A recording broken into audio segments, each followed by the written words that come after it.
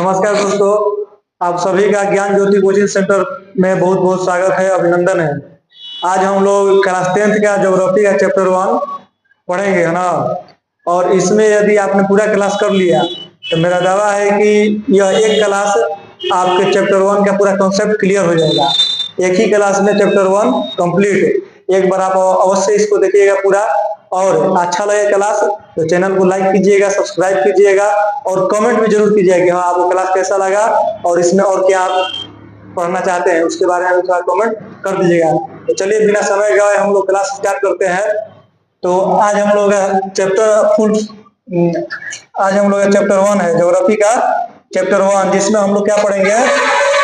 Chapter 1 में हम लोग पढ़ेंगे भारत संसाधन और उपयोग। चैप्टर 1 में हम लोग को पढ़ना है संसाधन एवं उपयोग। संसाधन एवं उपयोग। चलिए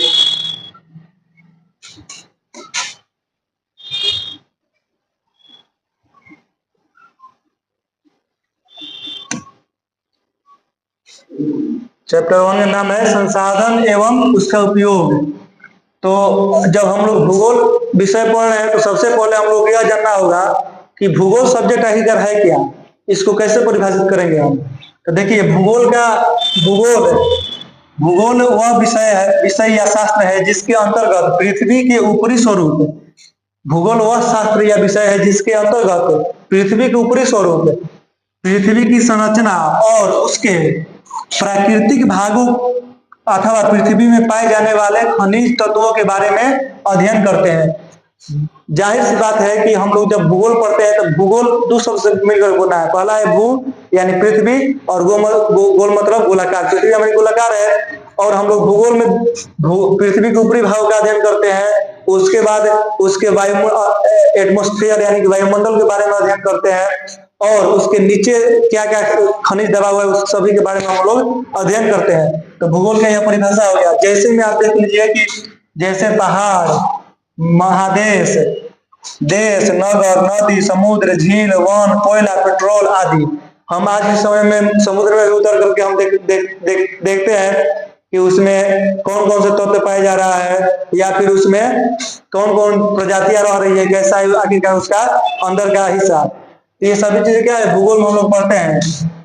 भूगोल जिसे अंग्रेजी में ज्योग्राफी कहा जाता है। भूगोल को अंग्रेजी में क्या कहा जाता है? ज्योग्राफी कहा जाता है। ज्योग्राफी ग्रीक भाषा शब्द है जिसका निर्माण दो शब्दों से किया गया है। पहला है जियो और दूसरा है ग्राफी। जियो का अर्थ है पृथ्वी और ग्राफियो का अर्थ है लिखना या वर्णन करना। यानी कि दो शब्द को अगर हम संधि विच्छेद करते हैं तो हमको एक अर्थ निकल के आता है। क्या निकल के आता है? जियोग्राफी। जियो यानी पृथ्वी और ग्राफी मतलब अध्ययन करना या वर्णन करना, यानी पृथ्वी का अध्ययन करना ही क्या है? भूगोल है, ज्योग्राफी है। और यह शब्द कहाँ से आया है? ग्रीक भाषा का शब्द है। और ग्रीक का राजधानी कहाँ था? एथेंस। एथेंस जो है ग्रीक का राजधानी था पहले के समय में। ग्रीक नाम का एक देश हुआ करता था।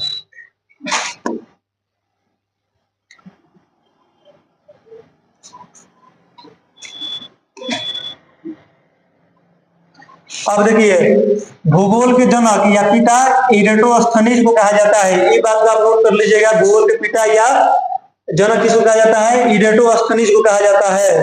अब हम लोग अपने चैप्टर में आते हैं संसाधन एवं उपयोग। तो सबसे पहले हमको जानना होगा संसाधन। संसाधन क्या होता है? तो संसाधन देखिए प्राकृतिक द्वारा प्रदत्त वह सभी वस्तु है जो मानव के लिए जीवन उपयोगी होती है। वह सभी चीजें क्या होती है? संसाधन होती है। और संसाधन को विभिन्न तरीकों से हम लोग उपयोग कर सकते हैं। और एक बात इसमें है कि कुछ संसाधन ऐसे भी है जिनका क्या है, जिनके तकनीक के अभाव में हम उपयोग नहीं कर पाते हैं। और अभी भी जिन संसाधनों का उपयोग कर रहे हैं उसको किसके अनुसार उपयोग कर रहे हैं? तकनीक के माध्यम से। यानी कि कहने का मतलब यह है कि हमारे पास अगर तकनीक नहीं है तो संसाधन क्या है? बेकार है। जैसे कि पहले के समय में आप लोग जानते हैं कि हमारे जो पूर्वज थे, आदि मानव जो थे या फिर जो जंगल में रहते थे, उनके पास उस समय पृथ्वी पर सारे संसाधन उपलब्ध थे, लेकिन उसको उपयोग करने का हम लोग पूर्वजों के पास तकनीक नहीं था, जिसकी वजह से ना तो उनके पास रहने के लिए घर था, ना खाने के लिए भोजन अच्छा मिलता था, ना पहनने के लिए कपड़ा था। क्यों? क्योंकि उनके पास तकनीक नहीं था। तकनीक की सहायता से हम संसाधनों क्या करते हैं? अच्छी तरीके से उपयोग कर पाते हैं। वही बात इसमें दिया गया। अब संसाधन के उपयोग एवं उत्पत्ति के आधार पर विकसित, विकासशील अथवा अर्ध विकसित श्रेणी में बांटा गया है। देश संसाधन के उपयोग के आधार पर 3 भागों में बांटा गया है, विकसित, विकासशील और अर्ध विकसित। यह क्या है, ये संसाधन को विभिन्न वर्गों में बांटा गया है। अब देखिए, जिमरमैन ने कहा था कि संसाधन होते नहीं बनते हैं। अब एक जिमरमैन साहब है, वह क्या कर रहे हैं, वह कह रहे हैं कि संसाधन होते नहीं, संसाधन क्या है, संसाधन बनते हैं या बनाए जाते हैं। तो इनका भी कथन सही है। जैसे कि हमने उदाहरण दिया अभी कि पहले समय में हमारे पास सभी संसाधन उपलब्ध थी, लेकिन तकनीक न होने का हम उस सभी चीजों का उपयोग नहीं कर पाते थे। यानी कि मानवीय हस्तक्षेप जब होगा तभी संसाधन का उपयोग अच्छे तरीके से हो सकता है। और जिमरमैन ने भी यही कहा है कि संसाधन होते नहीं, संसाधन बनाए जाते हैं। जैसे मान लीजिए कि हमारे पास लोहा का भंडार है, लेकिन लोहा को हम जब तक पृथ्वी के अंदर से निकालेंगे नहीं, निकाल करके उसको पिघला करके एक निश्चित आकार नहीं देंगे, तब तक हम उसका उपयोग अच्छे तरीके से नहीं कर सकते हैं। तो जिमरमैन साहब का ही कहना है, इसमें आपको कंफ्यूज नहीं होना है। अब संसाधन के प्रकार, देखते हैं हम लोग। देखिए, संसाधन मुख्य रूप से 2 प्रकार के होते हैं। एक होते हैं प्राकृतिक संसाधन, एक होते हैं मानवीय संसाधन। प्राकृतिक संसाधन कौन होते हैं? प्राकृतिक संसाधन, देखिए अभी के समय में जितने भी चीजें आपको पाई जाए जिससे मानवीय हस्तक्षेप नहीं हुआ है, वह सभी संसाधन क्या है, वह सभी संसाधन प्राकृतिक संसाधन है। यथास्वरूप रूप में हम जिसको उपयोग कर सकते हैं उसी को हम प्राकृतिक संसाधन बोलते हैं। जैसे मान लीजिए पेड़ पर लगा हुआ फल, उसको बिना मानवीय हस्तक्षेप के उसको डायरेक्ट हम उपयोग में लाते हैं, तो क्या है, वह है प्राकृतिक संसाधन। एक होता है मानव कृत संसाधन, जिसमें मानव का हस्तक्षेप होता है। जैसे मान लीजिए आजकल वाहन चल रही है, या फिर लकड़ी से हम लोग बेंच, कुर्सी, टेबल, सोफा, पलंग ये सभी चीजें बनाते हैं। स्मार्ट बोर्ड आ गया, ये सभी क्या है, ये सब मानव कृत संसाधन क्यों, क्योंकि इन्होंने मानवीय प्रक्रिया के द्वारा, मानवीय हस्तक्षेप के द्वारा ही इसको हम उपयोग में ला पा रहे हैं। इसको बनाने के लिए मानव की आवश्यकता होती है, उसकी दिमाग की, उसकी सोच की, उसकी मानसिकता की आवश्यकता इसमें होती है। इसलिए हम इसको क्या बोलते हैं, मानवीय संसाधन बोलते हैं। लेकिन संसाधनों के वर्गीकरण के निम्नलिखित आधार है। ये तो हो गया कि मुख्य रूप से 2 प्रकार में बांटा गया है, लेकिन संसाधन के वर्गीकरण के निम्नलिखित आधार हो सकते हैं। जैसे उत्पत्ति के आधार पर जैव और अजैव, उपयोगिता के आधार पर नवीकरणीय और अनवीकरणीय, स्वामित्व के आधार पर व्यक्तिगत, सामुदायिक, राष्ट्रीय और अंतरराष्ट्रीय। ये सभी क्या हो गए, ये सभी संसाधन के वर्गीकरण हो गए। तो अब इसको हम लोग आगे देखते हैं। देखिए, उत्पत्ति के आधार पर,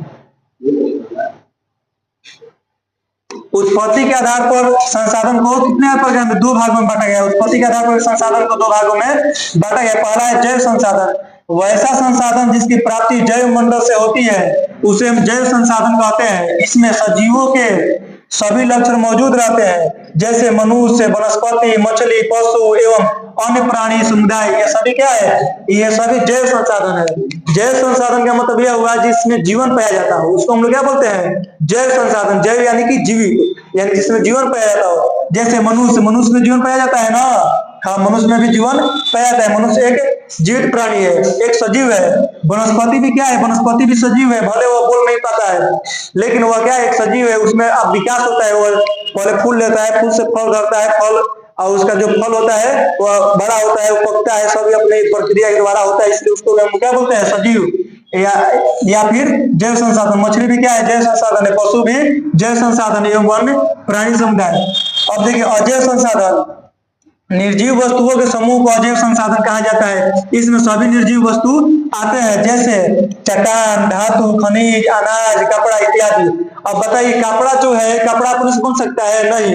कपड़ा अपने से बढ़ सकता है? नहीं। कपड़ा में कोई अपने से इसमें बदलाव हो सकता है? नहीं। जब तक मानव इसमें बदलाव न करे तब तक इसमें बदलाव खुद से नहीं हो सकता। इसलिए इसको हम क्या बोलते हैं, यह निर्जीव बोलते हैं, यानी कि इसको हम लोग अजैव बोलते हैं। अब खनिज है, चट्टान है, पत्थर है, तो पत्थर को सजीव हो सकता है? नहीं। उसमें अपने से कुछ नहीं हो सकता है, वो अपने से ना गतिशील हो सकता है, ना अपने से अपना आकार बड़ा कर सकता है, ना आकार छोटा कर सकता है, ना वो सड़ सकता है, ना गल सकता है। मतलब जब तक मानवीय हस्तक्षेप नहीं हो उसमें कोई भी बदलाव नहीं हो सकता है। तो ये था उत्पत्ति के आधार पर। अब हम लोग देखेंगे उपयोगिता के आधार पर। अब देखिए, उपयोगिता के आधार पर संसाधन को 2 प्रकार में, उपयोगिता के भी आधार पर संसाधन कितने भागों में बांटा गया है, 2 भागों में बांटा गया है। पहला नवीकरणीय संसाधन। पहला क्या है, नवीकरणीय संसाधन। वे संसाधन जिनका उत्पादन एवं उपयोग बार बार किया जा सके तथा इसकी आपूर्ति दोबारा आसानी से संभव हो उसे नवीकरणीय संसाधन कहते हैं, जैसे सौर ऊर्जा, हवा, जल, विद्युत, वन इत्यादि। यानी कि नवीकरणीय संसाधन हम उस संसाधन को कहते हैं जिसका एक बार उपयोग कर लेने के बाद दोबारा भी उसको हम आसानी से उपयोग कर ले, यानी दोबारा भी उसका उत्पादन आसानी से हो जाए या रिसाइकल हुआ हो जाए। जैसे पानी एक बार हम कल से निकाले या नल से निकाले पी लिए, फिर दोबारा हम पानी ले जाते हैं तो उसमें परिश्रम हमको नहीं करना पड़ता है, फिर पानी हम पी सकते हैं दोबारा। उसके बाद जैसे हवा हो गया, हवा भी क्या है, हवा भी एक नवीकरणीय संसाधन है। उसके बाद सौर ऊर्जा भी नवीकरणीय संसाधन है, क्योंकि इसका पुनरावृत्ति होते रहता है।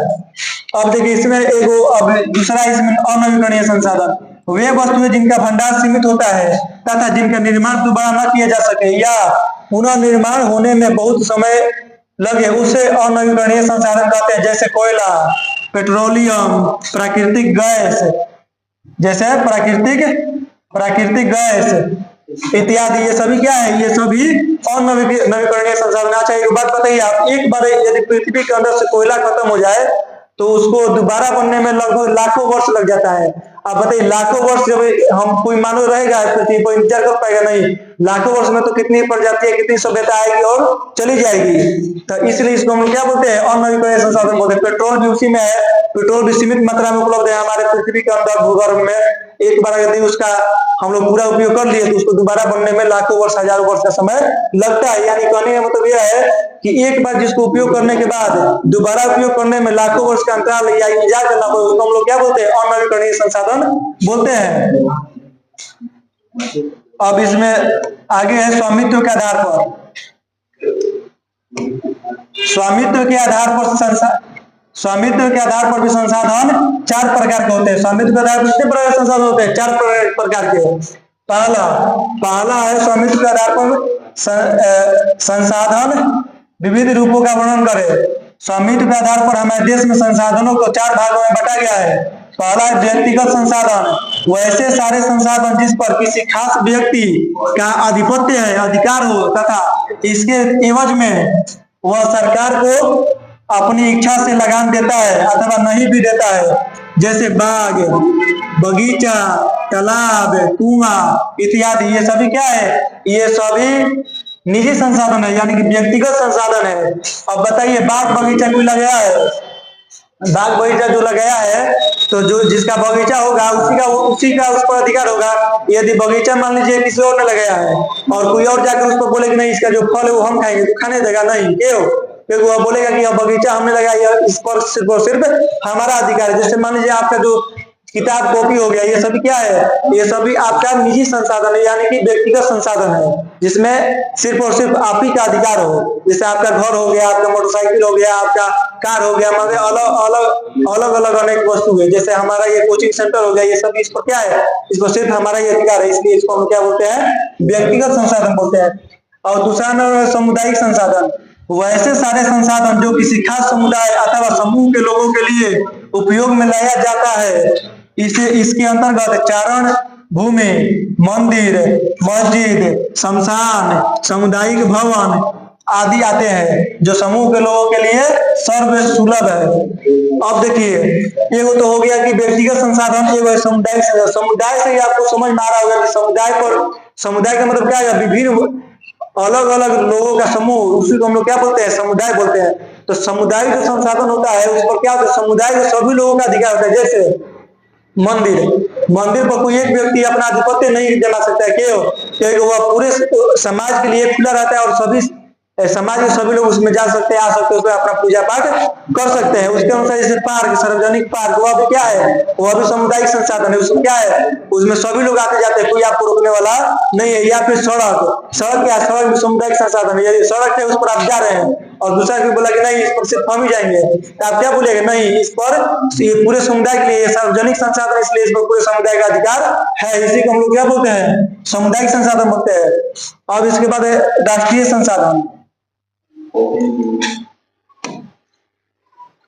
अब 3rd नंबर पर राष्ट्रीय संसाधन। आर्थिक या कानूनी तौर पर देश या राष्ट्र के अंतर्गत सभी उपलब्ध संसाधन राष्ट्रीय संसाधन होते हैं। यानी कि भारत देश में जितना भी संसाधन है वो सभी चीज क्या है, एक रूप में मान लीजिए तो राष्ट्रीय संसाधन, उस पर भारत देश का अधिकार है, उस पर भारतीय सरकार का अधिकार है। यदि चाहे वो तो आपसे कुछ भी ले सकता है, इसलिए उसको हम क्या बोलते हैं, राष्ट्रीय संसाधन बोलते हैं। किसी भी देश की सरकार को यह हक है कि व्यक्तिगत संसाधनों का अधिग्रहण आम जनता के हित में कर सकता है। जैसे मान लीजिए आपका व्यक्तिगत जमीन होता है, लेकिन अगर वहां से सार्वजनिक रोड सड़क पास हो गया तो आपको मुआवजा मिलेगा, लेकिन आपको उस जमीन को सरकार को देना पड़ेगा। इससे क्या स्पष्ट होता है, इससे स्पष्ट यह होता है कि राष्ट्र हित में काम के लिए व्यक्तिगत संसाधन को भी राष्ट्रीय संसाधन बनाया जा सकता है। और 4 नंबर है अंतरराष्ट्रीय संसाधन। इस प्रकार के संसाधनों का नियंत्रण अंतरराष्ट्रीय संस्था करती है। समुद्री तट रेखा से 200 किलोमीटर की दूरी छोड़कर खुले महासागरीय क्षेत्र अंतरराष्ट्रीय संसाधन कहलाते हैं। अब देखो, ये होते हैं राष्ट्रीय मतलब कि देश का, अंतरराष्ट्रीय का मतलब पूरा विश्व का, यानी कि विश्व भी एक परिवार है, उस विश्व रूपी परिवार के संसाधन पर अधिकार हो तो उसको हम लोग क्या बोलते हैं, अंतरराष्ट्रीय संसाधन। जैसे किसी भी देश के सीमा से 200 किलोमीटर दूरी तक छोड़ करके जितनी भी समुद्र है वो सभी क्या है, वो सभी अंतरराष्ट्रीय संसाधन है। उसको क्या बोलते हैं हम लोग, अंतरराष्ट्रीय संसाधन ही बोलते हैं। अपवर्जक क्षेत्र, आप देखिए इसमें एक अपवर्जक क्षेत्र आखिरकार है क्या।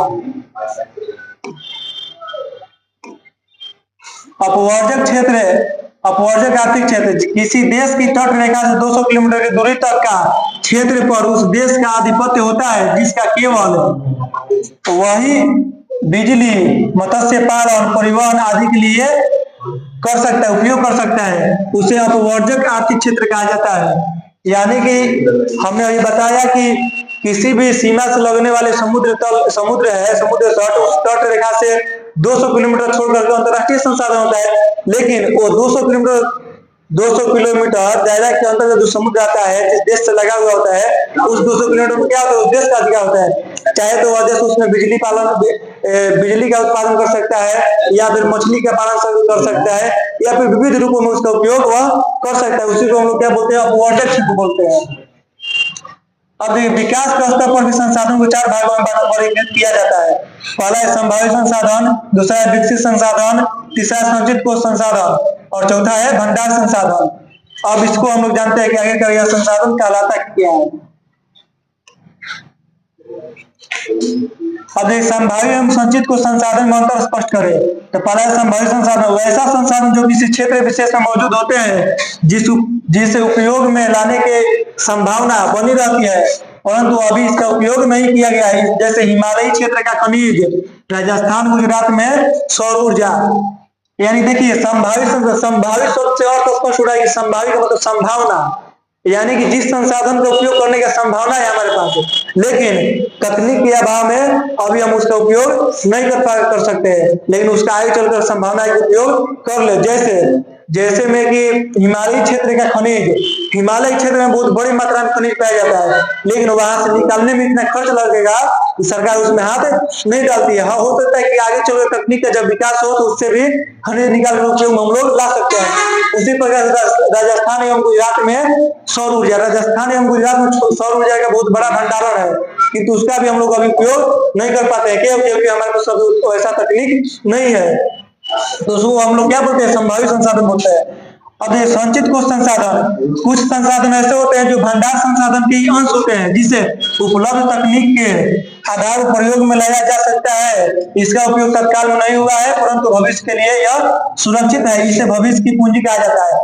कुछ संसाधन ऐसे होते हैं जो क्या है, जो कि संभावित संसाधन का ही अंश है। एक तरह से इसको भी हम संभावित संसाधन नहीं मान सकते सिंपल रूप में, क्योंकि इसका ही भंडार है, लेकिन इसको हम लोग अभी उपयोग में इसको भी नहीं ला पाए।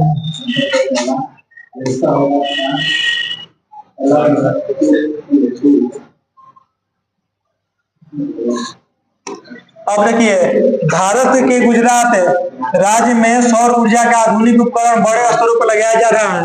महात्मा गांधी ने कहा था कि हमारे पास पेट भरने के लिए तो बहुत कुछ है, लेकिन पेटी भरने के लिए नहीं है। संसाधन के संबंध में महात्मा गांधी का कथन एक बहुत ही विशेष महत्व रखता है। उन्होंने कहा था कि हमारे पास संसाधन तो पेट भरने के लिए है, किंतु पेटी भरने के लिए नहीं है। क्यों? क्योंकि संसाधन सीमित है और उसका उपयोग अधिक होने पर क्या होगा, वह खत्म होगा।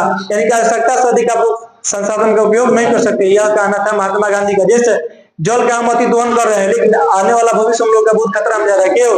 क्योंकि आने वाले समय में जल का भंडारण खत्म हो जाएगा धीरे धीरे, फिर हमको पानी पीने के लिए, और बहुत सारे राज्यों में ऐसा हो चुका है। इसलिए संसाधन क्या है? संसाधन पेट भरने के लिए, पेटी भरने के लिए नहीं है। यह कथन किसका है? महात्मा गांधी का। इस कथन को भी आप लोगों को याद रखना है। संसाधन संरक्षण, अब देखिए संसाधन को हम लोग संरक्षण कैसे कर सकते हैं।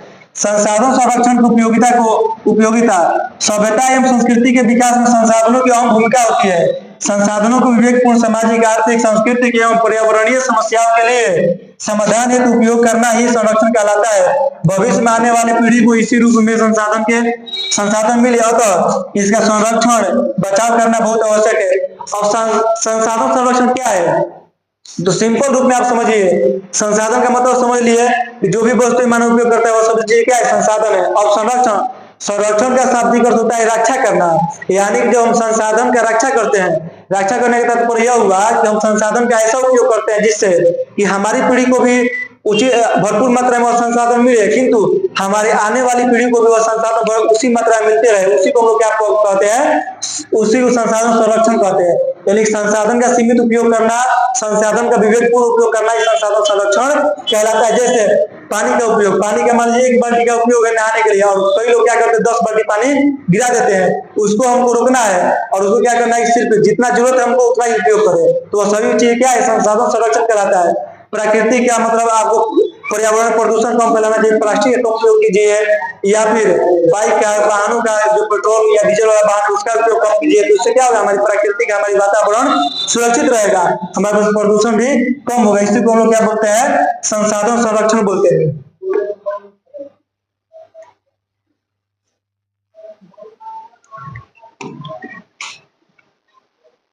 संसाधन निर्माण में तकनीक की क्या भूमिका है? अब देखिए, अब आपको मन में सवाल उठना चाहिए, संसाधन को उपयोग में तकनीक क्या भूमिका है?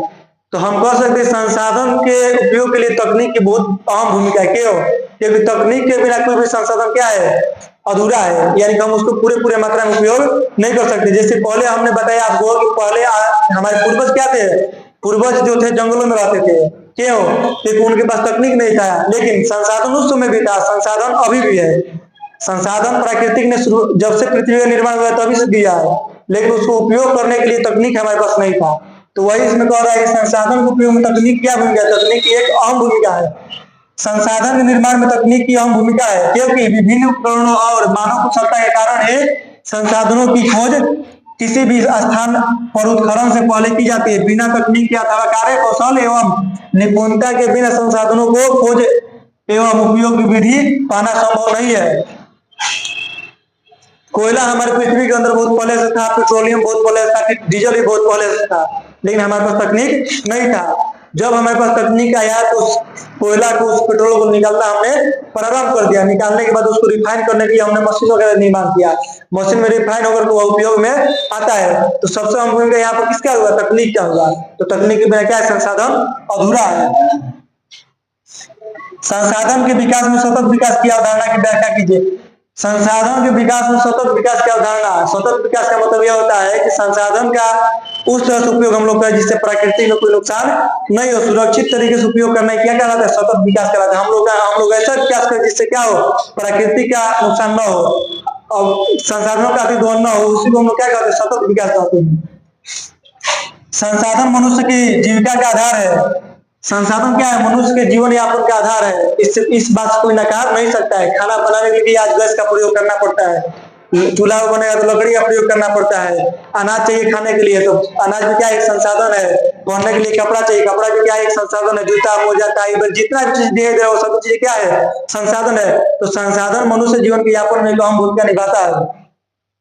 जीवन की गुणवत्ता बनाए रखने के लिए संसाधनों के सतत विकास की अवधारणा अति आवश्यक है। मानव के लालच और लिप्सा ने संसाधनों का तीव्रतम दोहन कर संसाधनों के भंडार में चिंतनीय ह्रास ला दिया है।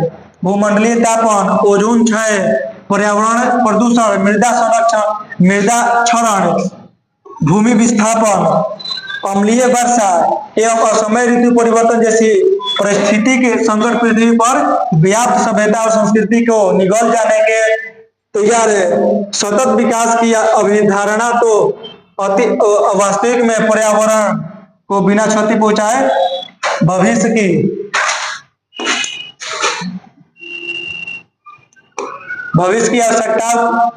की आवश्यकताओं को मद्देनजर रखते हुए वर्तमान के विकास को कायम रखना ही क्या है, सतत विकास है।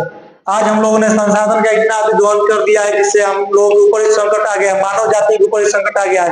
कब मानव जाति समाप्त हो जाए कोई ठीक नहीं है। अति दोहन कर रहे हैं। मान लीजिए पेट्रोल इतना बड़े मात्रा में उपयोग हो रहा है जिससे क्या हो रहा है कि उसका भंडारण खत्म हो रहा है। कोयला का अति दोहन कर रहे हैं हम लोग, अलग अलग प्रकार के गैसों का उपयोग कर रहे हैं। इस सभी से क्या है, हम लोग वातावरण को बहुत ही नुकसान पहुंच रहा है। संसाधन संरक्षण के लिए उठाए गए कुछ महत्वपूर्ण कदम: मेगा पार्टिकल का नर्मदा बचाव अभियान, सुंदरलाल बहुगुणा के चिपको आंदोलन, संदीप पांडे का वर्षा जल संचित संचय नीति, ये सभी क्या है, ये सभी संसाधन बचाने का एक महत्वपूर्ण कदम है।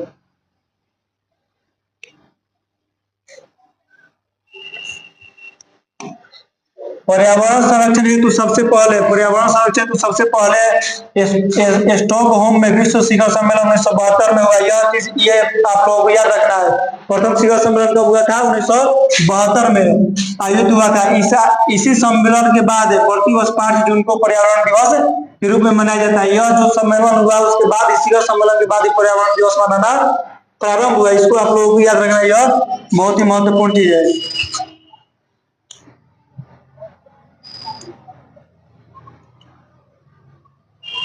कुछ याद करने योग्य तथ्य: प्रथम पृथ्वी सम्मेलन, प्रश्न आ जाएगा आपके पास कि प्रथम पृथ्वी सम्मेलन कब हुआ था?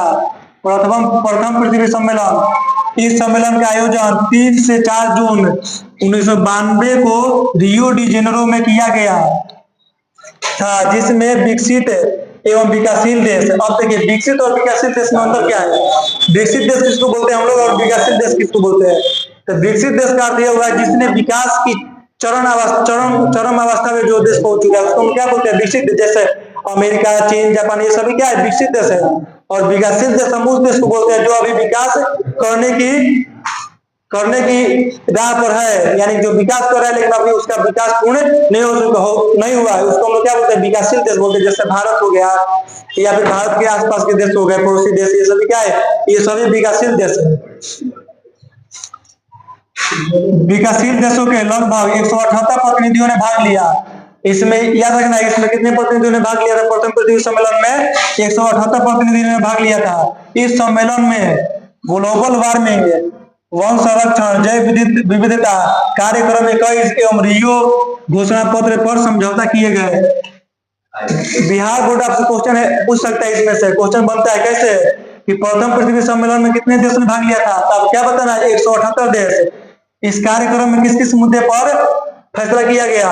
तो इस पर विविधता और कार्यक्रम में कैसे रियो डी घोषणा पत्र पर साइन किया गया था। इसमें द्वितीय पृथ्वी सम्मेलन, इस सम्मेलन का आयोजन 23 से 27 जून 1997 को न्यूयॉर्क में प्रथम सम्मेलन के लिए मूल्यांकन के लिए 5 वर्ष के बाद आयोजित हुआ। इसे +5 सम्मेलन भी कहा जाता है। यह जो सम्मेलन था द्वितीय पृथ्वी सम्मेलन या प्रथम जो सम्मेलन हुआ था उसके संदर्भ में रखा गया था। प्रथम जो सम्मेलन हुआ जिस मुद्दे पर फैसला किया गया, आखिरकार उस मुद्दे को उस चीज को हम लोगों ने लागू किया कि नहीं, धरातल को उसका प्रभाव दिख रहा है कि नहीं, उसी पर चर्चा करने के लिए दूसरा पृथ्वी सम्मेलन किया गया था। इसका डेट क्या है? 23 से 27 जून 1997, ये याद रखना है आप लोगों को। और किस शहर में हुआ था? तो न्यूयॉर्क सिटी में हुआ था, जो कि अमेरिका में है। क्योटो सम्मेलन, दिसंबर 1997 में पृथ्वी को ग्लोबल वार्मिंग से बचाने के लिए जापान के क्योटो में सम्मेलन आयोजित हुए, जिसमें 159 देशों ने भाग लिया।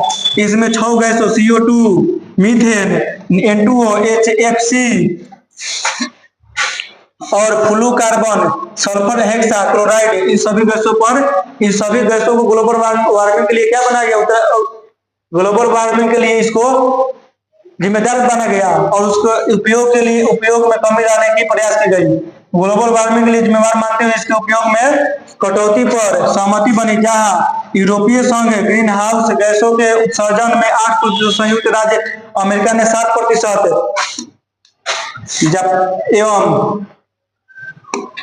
एवं जापान ने 6% कटौती पर सहमत हुए।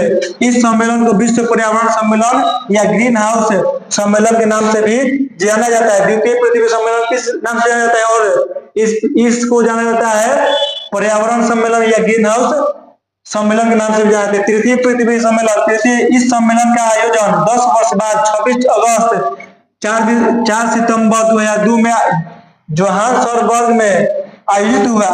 इस सम्मेलन में पर्यावरण संबंधी 150 धाराओं पर विश्व स्तरीय सहमति तैयार करना था, पर इस सम्मेलन का कोई परिणाम नहीं निकल सका। इस सम्मेलन में विश्व के विभिन्न देशों ने लगभग 2000 प्रतिनिधियों ने भाग लिया था।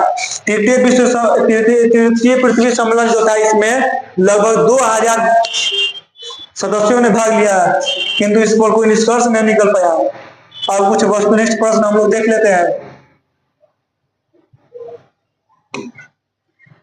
प्राकृतिक संसाधन कितने प्रकार के होते हैं? पहला प्रश्न, तो प्राकृतिक संसाधन दो प्रकार के होते हैं। पहला है नवीकरणीय और दूसरा है अनवीकरणीय। कोयला किस प्रकार का संसाधन है? कोयला अनवीकरणीय संसाधन है।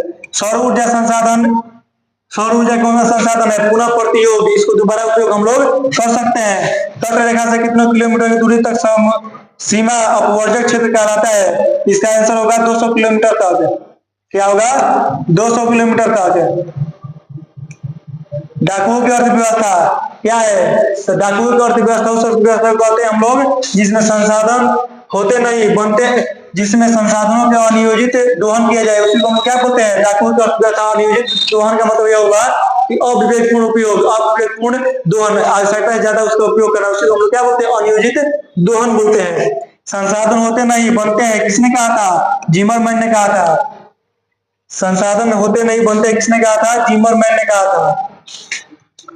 7 नंबर में है कि भारत के किस राज्य में सौर ऊर्जा का आधुनिक उपकरण बड़े स्तरों पर लगाया जा रहा है? तो गुजरात में।